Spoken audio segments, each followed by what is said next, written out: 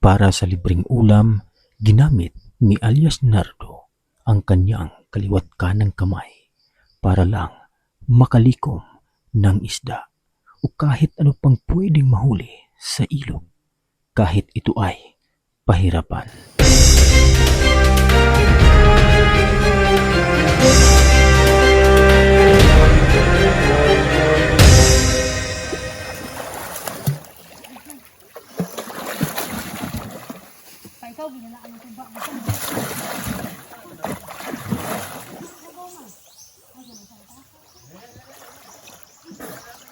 Ada kakuari, ari. Aduh.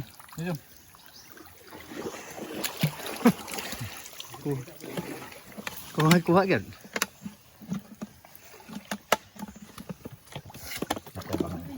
Sa nakalipas na mga taon, sinabi ni Nardo na limpak-limpak na mga isda ang nasa ilog. Mas mabilis kang makahuhuli noon kumpara ngayon. Ay pahirapan. Ano-ano nga ba ang sanhi? Bakit unti-unting namamatay ang natural na buhay sa kalikasang pang-ilog?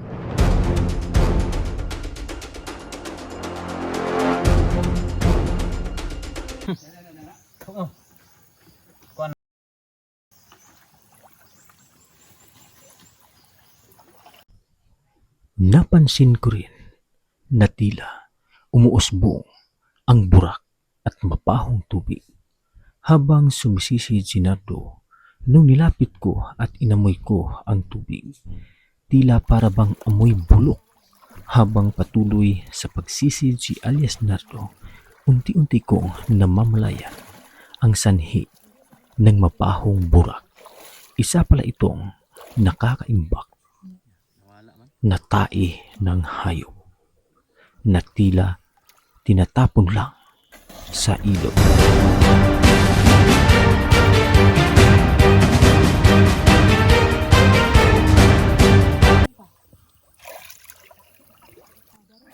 Ang sitwasyon ng ilog kalikasan ay unti-unti nang nilalamon sa kamatayan dahil kung hindi ito masagip ay tuluyan itong lalamunin sa dumi ng iba't ibang uri ng hayop.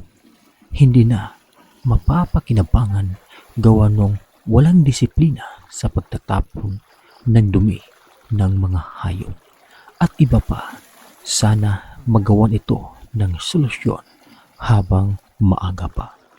At sa hinaharap, maraming pamilya ang malayang makakuha ng isda at iba pang pwedeng kunin sa ilog kalikasan.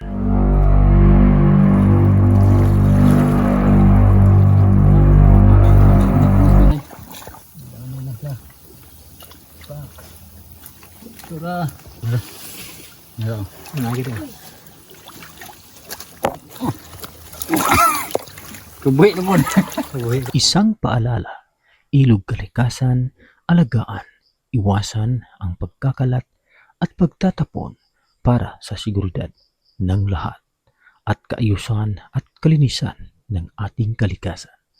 Atin ito, kaya mamahalin natin sila at protektahan. This is Mr. Kasagpa. Subscribe for more documentary dates.